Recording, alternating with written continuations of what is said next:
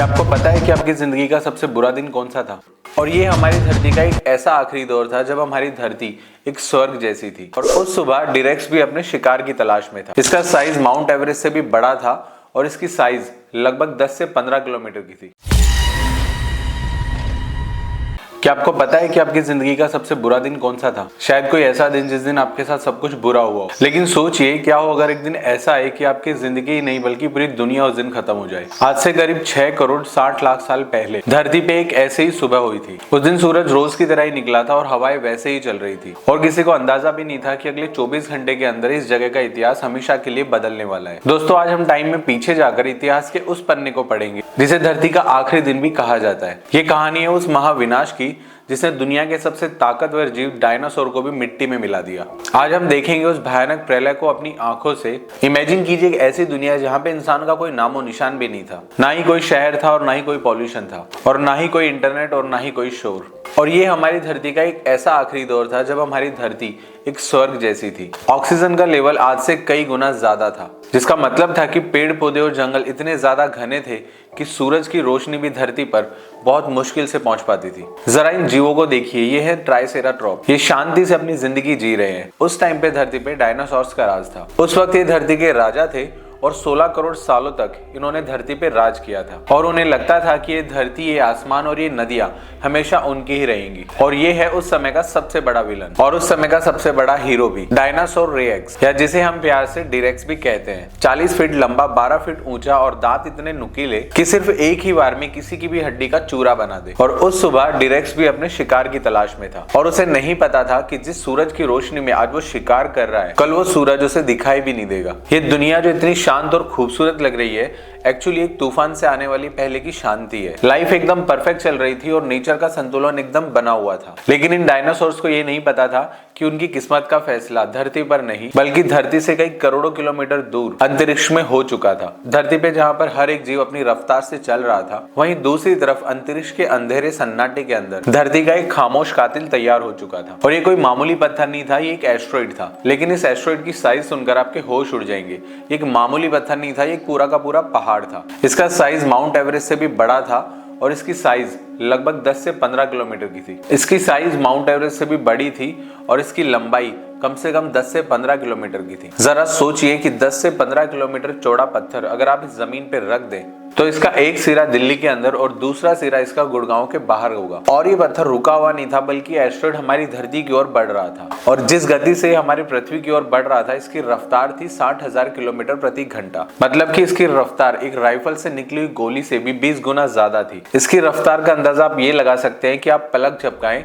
और ये लंदन से न्यूयॉर्क पहुंच जाए। और ये एस्ट्रॉइड पिछले करोड़ों सालों से अंतरिक्ष में भटक रहा था, फिर शायद किसी और दूसरे एस्ट्रॉइड से टकरा करके इसका जो रास्ता है वो धरती की ओर बदल गया। और सबसे डरावनी बात ये थी कि डायनासोर के पास ना ही कोई नासा था और ना ही कोई इसरो जैसी कंपनी जो उन्हें इस बात की जानकारी दे कि आने वाले टाइम में उनके साथ क्या होने वाला है। और उन्हें तो पता ही नहीं था कि मौत उनके पास आ रही है। अब हम उस पल पे आ चुके हैं जिसे साइंटिस्ट यू टर्न वाला बिंदु कहते हैं, क्योंकि इस वक्त एस्ट्रॉइड पृथ्वी की ग्रेविटी में फंस चुका था और यहाँ से उस एस्ट्रॉइड का पृथ्वी से वापस लौटना या फिर किसी और दिशा में मुड़ना बिल्कुल नामुमकिन था। और साइंटिस्ट का कहना है कि वो दिन डायनासोर्स का जीवन का सबसे बुरा दिन था, क्योंकि साइंटिस्ट का कहना है कि ये एस्ट्रॉइड अगर 30 मिनट पहले या फिर 30 मिनट बाद आया होता तो कहानी शायद कुछ और होती। क्योंकि अगर ये एस्ट्रॉइड 30 मिनट पहले या फिर 30 मिनट बाद में आया होता तो ये एस्ट्रॉइड धरती की जगह पर प्रशांत महासागर या फिर अटलांटिक महासागर में जाकर के गिरता। और अगर ये एस्ट्रॉइड किसी गहरे पानी में जाकर के गिरता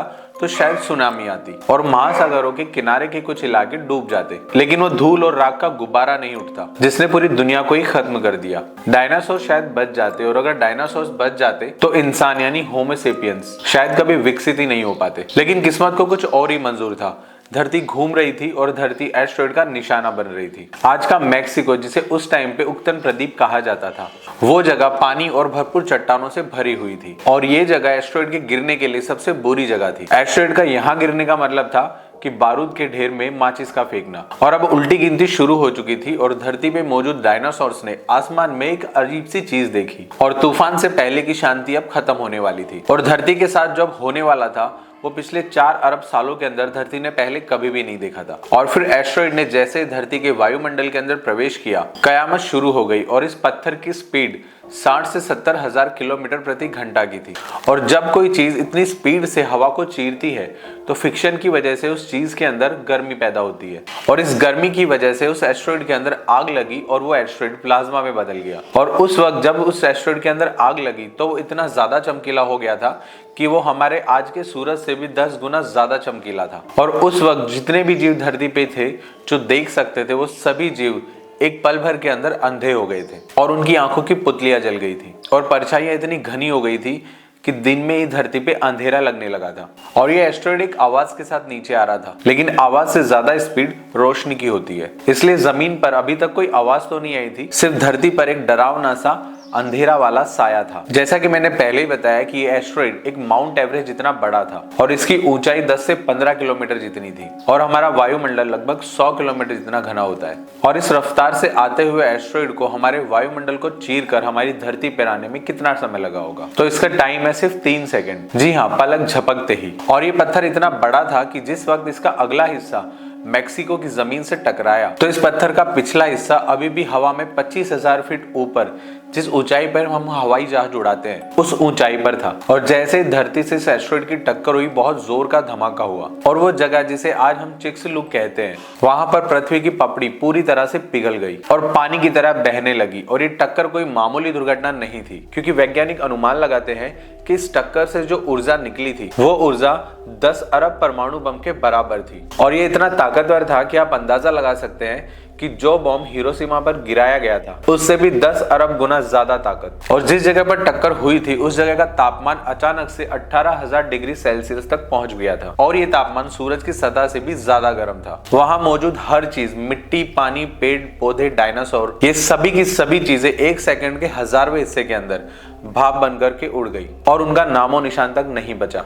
और जिस जगह पर यह एस्टेरॉयड टकराया था वहां पर 180 किलोमीटर चौड़ा और 20 किलोमीटर गहरा गड्ढा बन गया था।